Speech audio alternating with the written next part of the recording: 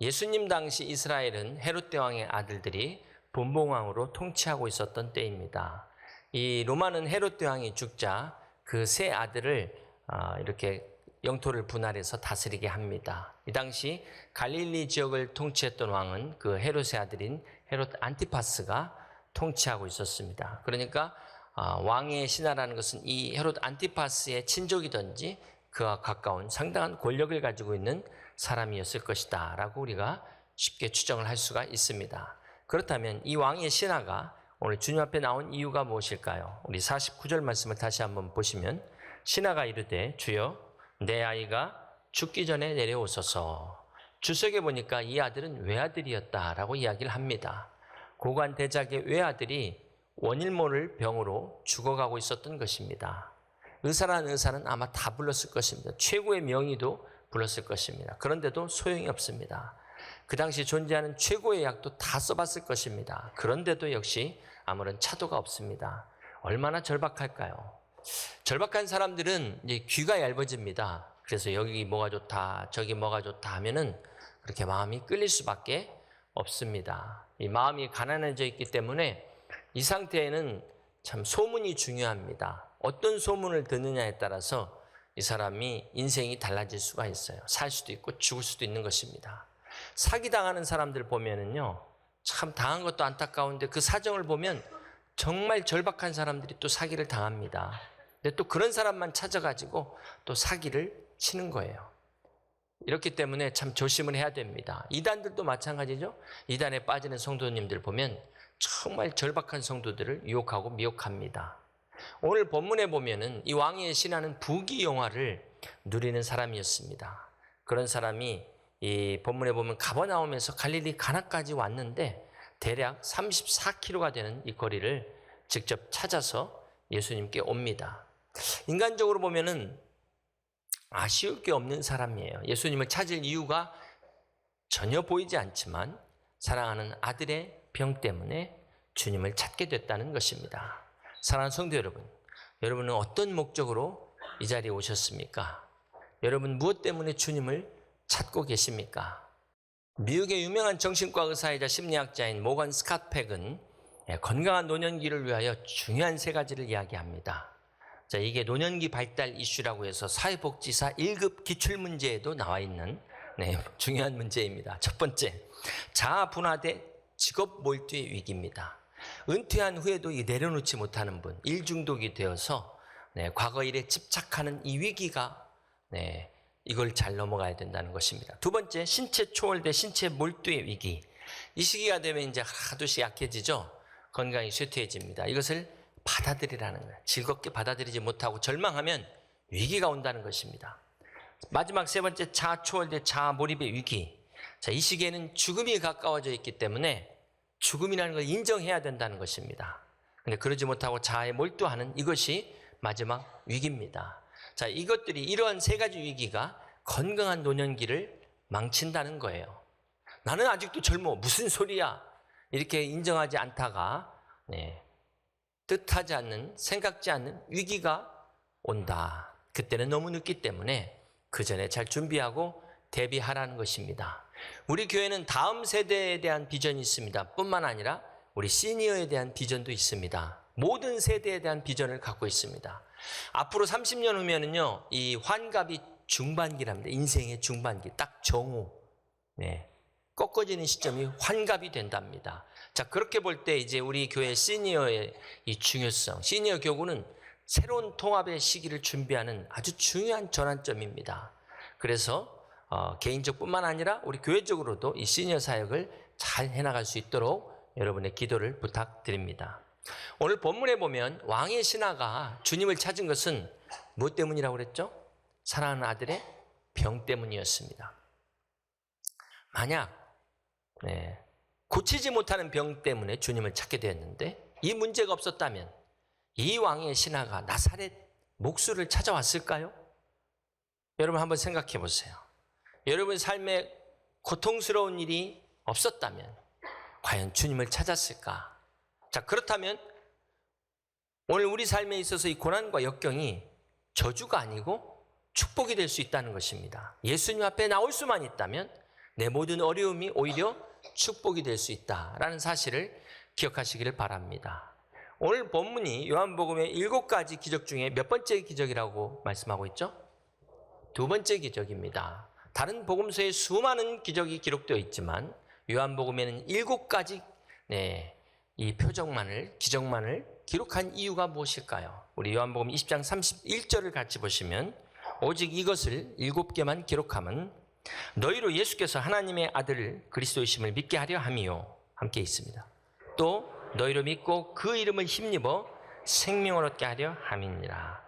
마태복음과 마가복음, 누가복음 이 공간복음에서는 예수님의 기적을 미라클 해서 이적, 기사, 능력 이렇게 표현을 하고 있습니다. 그에 비해서 요한복음은 세메이온, 전혀 다른 단어를 쓰고 있습니다. 이 세메이온에서 사인이 나온 거죠.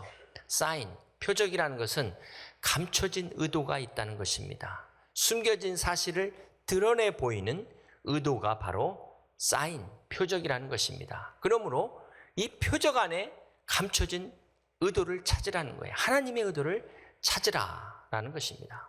여러분, 요한복음은 그냥 읽으시면 안 되고 요한복음에는 감춰져 있는 하나님의 의도를 찾으라는 거예요. 숨은 그림을 찾아야 되는 것입니다. 주님께서 왕의 신하를 보자마자 하신 말씀이 48절을 같이 한번 보겠습니다. 예수께서 이르시되 너희는 표적과 기사를 보지 못하면 도무지 믿지 아니하리라. 책망이죠. 아니 보자마자 웬 뜬금없는 책망입니까? 지금 왕의 신하를 책망하는 말씀입니다. 자, 그런데 이게 첫 번째 표적과 비슷한 점이 있어요. 첫 번째 표적도 그 가나의 혼인잔치에서 포도주가 떨어졌다고 하니까 주님이 뭐라고 말씀하십니까? 나와 무슨 상관이 있나이까? 예수님의 육신의 어머니인 마리아에 대해서 책망을 하는 그러한 어투입니다. 자, 이렇게 첫 번째, 두 번째 표적의 공통점이 책망으로 시작하고 있다. 그러면서 이 표적이 말씀으로 이루어진 표적이라는 것입니다. 그리고 결정적인 공통점은 바로 이 표적의 결과입니다. 첫 번째 표적의 결과가 요한복음 2장 11절에 보시면 예수께서 이 첫 표적을 갈릴리 가나에서 행하여 그의 영광을 나타내심에 누가 믿습니까? 제자들이 그를 믿으니라. 그러면 두 번째 이적의 결과는 무엇일까요? 53절을 다시 한번 읽습니다. 그의 아버지가 예수께서 내 아들이 살아있다 말씀하신 그때인 줄 알고 같이 읽습니다. 자기와 그 온 집안이 다 믿으니라. 이렇게 두 표적, 두 사건은 어떻게 믿는 자들이 생겼는가 이것을 말씀하고 있다는 거예요. 이것이 표적의 결과라는 것입니다. 결론적으로 요한복음이 말씀하고 있는 이 표적의 결과는 우리가 잘 먹고 잘 살고 도깨비 방망이처럼 기적을 나타내는 그 차원이 아니라 오늘 그것을 통해서 우리가 예수님을 믿고 구원받게 하기 위해서 주님이 표적을 보여주셨다는 것입니다. 자, 그렇게 생각할 때 오늘도 마찬가지 우리 믿음을 위해서 살아계신 하나님은 표적을 행하십니다. 우리 요한복음 6장 26절 말씀을 같이 한번 봅니다. 예수께서 대답하여 이르시되 내가 진실로 진실로 너희에게 이르노니 함께 있습니다. 너희가 나를 찾는 것은 표적을 본 까닭이 아니요 떡을 먹고 배부른 까닭이로다. 자, 주님께서 오병이어로 배가 부른 이제 군중들이 다시 주님을 찾아옵니다.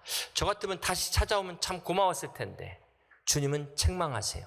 그들을 향하여 너희들이 표적만 보고 표적을 통해서 배부른 것에만 관심이 있고 진짜 표적을 깨닫지 못하고 있다. 이렇게 책망을 하고 있는 말씀입니다. 사랑하는 성도 여러분, 이렇게 많은 사람들은 기적 속에 있는 진짜 표적을 깨닫지를 못합니다. 단순히 기적만을 보고 놀래고 신기해하고 열광한다는 거예요. 주님은 그것을 지금 책망하고 있습니다.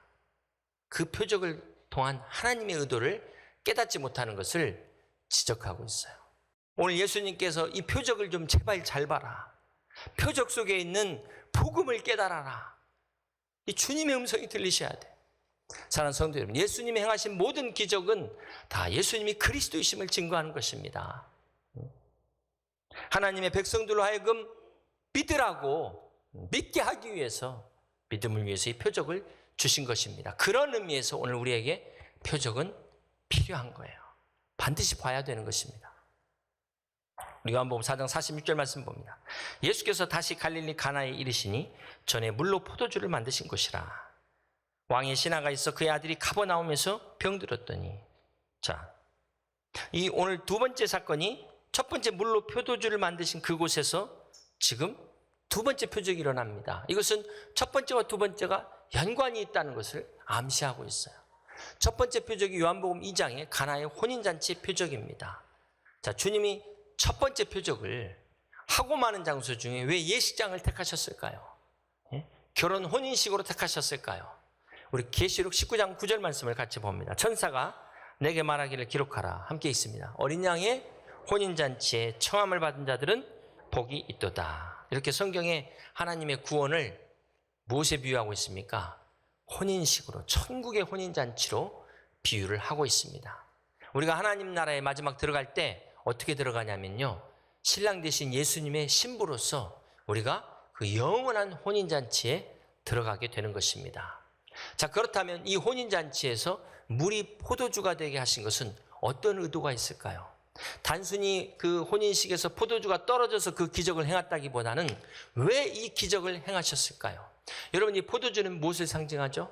네, 그렇습니다. 주님이 우리를 위하여 흘리신, 우리의 영원한 생명과 구원을 위해서 십자가에서 흘리신 주님의 거룩한 보혈을 상징합니다. 이것이 첫 번째 기적이었어요. 그리고 주님이 십자가에 달리기 전 마지막 최후의 만찬 때 하신 것이 무엇입니까? 네, 성만찬을 통해서 이것은 너희를 위하여 흘리는 나의 피니 이것을 기념하라. 첫 번째 표적도 포도주였고 마지막까지도 이 포도주를 통해서 주님의 보혈을 말씀하고 있는 것입니다. 이 두 번째 표적이 우리에게 주는 교훈이 무엇일까요? 바로 이렇게 죽어가는 왕의 신하의 그 아들의 병을 살린 것은 예수의 피밖에 없네. 예수 그리스도의 보혈의 능력이라는 것입니다. 그런데 여러분 한번 생각해 보세요. 왕의 신하가 이 가버나움에서 가나까지 32km를 왔는데, 와서 이렇게 영접은 못할 망정, 기도는 해주지 못할 망정, 그냥 가래요. 이름도 안 물어보고, 네가 지금 형편이 어떠냐 물어보지도 않고 그냥 가라는 거예요. 내 아들이 살아있다. 여러분 같으면 어떠셨겠습니까? 이 말씀을 보면 열왕기하 5장에 그 아람의 군대 장관 나아만이 생각납니다. 그가 군대 장관이었지만 그는 나병 환자였습니다.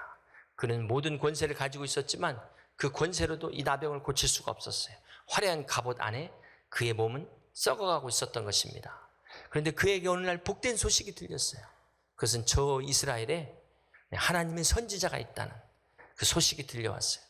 그래서 엘리야 선지자를 찾아갑니다. 자기가 그 화려한 갑옷을 입고 안에서는 나병이 있지만 자기 군대를 이끌고 선물을 가지고 가는데, 그러면 이 입구에 나와서 환영할 줄 알았더니 웬걸? 쳐다도 안 보고 요단강에 가서 7번 씻어라. 그것도 하인을 시켜가지고 7번 씻어라. 얼마나 기분이 나빴겠어요. 뭐 우리는 강이 없냐? 막 이렇게 지금 나올 판인데, 이 나만이 어떻게 합니까? 순종합니다. 사랑하는 성도 여러분, 자, 이 나만의 이 치유의 기적 전에 우리는 이게 테스트라는 것을 잘 압니다. 그렇지만 정작 오늘 우리 삶에서 하나님이 기적을 일으키기 위해서 테스트하신다는 것은 잘 모르는 것 같아요. 남의 일은 너무 잘 알면서 정작 내 상황의 테스트에서는 낙오되는 사람들이 얼마나 많은지 몰라요. 나를 무시해? 막 이러면서 그만 테스트에서 다 떨어지는 거예요. 하나님의 기적에는 반드시 테스트가 따릅니다. 그냥 이루어진다면 이게 무슨 기적이고 이게 무슨 의미가 있겠습니까? 그건 뭐 얼떨결에 우연으로 되는 것이지, 하나님의 기적은 반드시 테스트를 통한 순종의 결과라는 것입니다. 이것이 하나님의 기적이에요. 오늘 왕의 신하가 이 말씀을 그대로 믿고 자기 집으로 돌아갔다 그랬습니다. 돌아가던 길에 어떤 일이 일어납니까? 우리 51절부터 53절까지를 함께 교독합니다. 내려가는 길에서 그 종들이 오다가 만나서 아이가 살아있다 하거늘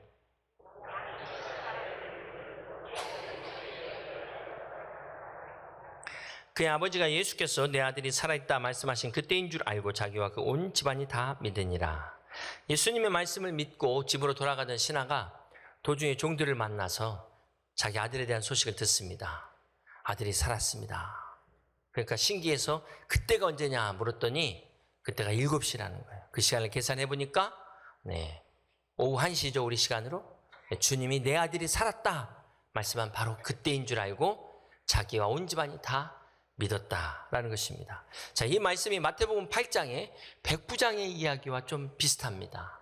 이 백부장은 자기 아들이 아니라 하인의 병 때문에 예수님을 찾아옵니다. 자, 그런데 이 백부장은 예수님께 뭐라고 부탁하냐면 우리 집에 오는 건 감당할 수가 없사오니 그저 말씀만 하옵소서. 말씀만 하옵소서. 이렇게 이야기를 합니다. 자, 그러자 예수님께서 이 백부장에게 뭐라고 말씀하시냐면 마태복음 8장 10절을 같이 한번 보겠습니다. 예수께서 들으시고 놀랍게 여겨 따르는 자들에게 이르시되 내가 진실로 너희에게 이르노니 함께 있습니다. 이스라엘 중 아무에게서도 이만한 믿음을 보지 못하였노라. 주님이 칭찬하십니다. 자, 유대인들 중에서도 이스라엘 중에서도 보지 못한 이 백부장의 믿음. 이 믿음이 어떤 믿음입니까? 말씀에 근거한 믿음이에요. 사랑하는 성도 여러분, 오늘 본문의 이 두 번째 표적은 병 고치는 하나님의 능력이 어떤 막 안수하는 방법이나 뭐 이런 데 있는 것이 아니라 오직 말씀의 능력이라는 사실입니다. 그렇습니다. 이 하나님의 말씀이 선포되는 것이 곧 하나님의 능력임을 믿으시기를 바랍니다. 사랑하는 성도 여러분, 우리 하나님은 말씀으로 천지를 창조하신 분이에요. 그 하나님이 말씀으로 못하실 것이 무엇이 있겠습니까? 오늘 우리의 문제는 소원은 있지만 믿음이 없는 게 문제예요. 이 말씀에 대한 믿음이 없는 것이 문제입니다. 열망은 있지만 믿음이 없습니다. 그러므로 사랑하는 성도 여러분, 오늘 우리는 이 믿음을 가져야 돼요. 이 믿음을 갖지 못하도록 하는 이게 진짜 병이라는 겁니다. 하나님을 믿지 못하는 병, 이것도 영적인 병이에요. 불신, 암보다도 더 무서운 병입니다. 여러분, 불신앙이 불신암과 같아요. 불신암. 제일 무서운 암입니다. 암은 육신만 죽이지만 이 불신은 영혼까지 죽일 수 있기 때문에 그렇습니다. 사랑하는 성도 여러분, 오늘 본문의 이 요한복음 두 번째 표적은 바로 믿음의 표적인 것을 우리에게 말씀하고 있습니다. 우리 50절을 다시 한번 보면 예수께서 이르시되 가라 내 아들이 살아있다 하시니 그 사람이 예수께서 하신 말씀을 믿고 갔다 그랬어요. 이 믿음과 뒤에 나오는 53절의 믿음 봅니다. 그의 아버지가 예수께서 내 아들이 살아있다 말씀하신 그때인 줄 알고 자기와 그 온 집안이 다 믿으니라. 이 두 믿음의 차이를 아십니까? 같은 믿음 같지만 실상은 다른 믿음이에요. 이 50절에서 왕의 신하가 이 예수님의 말씀을 믿은 이 믿음은 자기 아들을 고치실 것에 대한 믿음이었습니다. 참 귀한 믿음입니다. 그러나 이 믿음은 아직 내 영혼까지 구원하는 그 믿음인 줄은 깨닫지 못하는 믿음이에요. 우리를 죄로부터 구원받을 믿음이 아니었다는 것입니다. 그런데 53절에 가서 드디어 하나님의 권능을 경험하고 나서는 어떤 믿음입니까?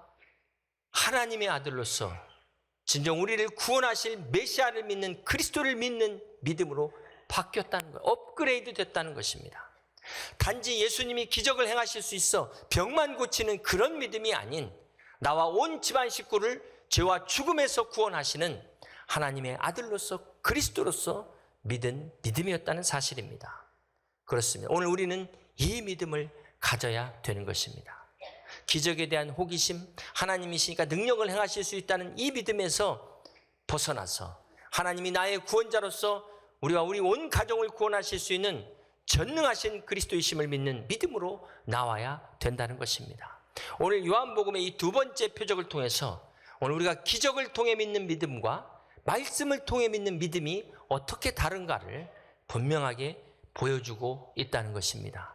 그러므로 사랑하는 성도 여러분, 오직 주님의 말씀만이 능력임을 믿으시기를 바랍니다. 그러므로 우리 눈에 비록 내 눈에 주님이 보이지 않는다 할지라도 이 주님의 생명과 우리가 능력을 힘입을 수 있는 것은 오늘 그 말씀이 우리 안에 우리와 함께 계시기 때문에 그렇습니다. 그러므로 말씀을 붙잡으셔야 돼요. 표적과 기사보다도 살아계신 하나님의 말씀을 붙들어야만이 우리가 살 수 있는 것입니다. 우리가 회복되는 것입니다. 오늘 이 살아계신 주님의 말씀이 여러분 심령 가운데 들려지기를, 여러분 말씀 가운데 새겨지기를 주님의 이름으로 축복합니다. 오늘 우리의 구원의 근거가 바로 이 말씀에 있어요. 구원의 근거가 여러분 어떤 꿈이나 환상이나 어떤 기적이 있다면 그것은 결코 변질될 수 있습니다. 네, 깨져버릴 수 있어요. 그러나 우리 구원의 근거가 말씀을 통해 있는 한 영원히 주님과 함께 하실 것입니다. 이 말씀을 통해서 먼저 우리 영혼이 치유되고 회복되고 우리 육신도 회복되는 그런 놀라운 은혜와 축복이 있으시기를 주님의 이름으로 간절히 축원합니다. 사랑하는 성도 여러분, 이 왕의 신하가 주님을 만나고 내 아들이 살아있다, 이 복된 소식을 듣고 집으로 돌아갑니다. 그렇지만 그의 마음이 어땠을까요? 과연 정말 살았을까? 별의별 생각이 다 들었겠죠? 네, 불안한 마음도 있었을 것입니다. 그러다가 중간에 복된 소식을 듣게 됩니다. 종들을 통해서 정말로 아들이 살았습니다. 그 음성을 듣고 마침내 집에 와서 그 아들이 살아있는 것을 확인하게 됩니다. 자, 이것이 바로 믿음의 여정이라는 거예요. 이것이 바로 오늘 우리 크리스찬들의 믿음의 여정입니다. 여러분 한번 생각해 보세요. 이 왕의 신하가 살아있다는 말씀을 들었지만 중간에 그냥 가는 동안에 이 종들의 복된 소식을 들었을 경우와 듣지 않았을 경우에 그 인생이 어땠을까요? 알지 못하고 가는 길이 얼마나 답답하고 힘들었을까요? 제가 83년도에 대학에 입학했는데요. 그때는 지금처럼 인터넷이 안 되니까 인터넷으로 확인할 수가 없고 전화로 확인할 수도 있지만 대학교 가서 직접 그 대학 입구에 그 합격자 명단을 붙여놨습니다.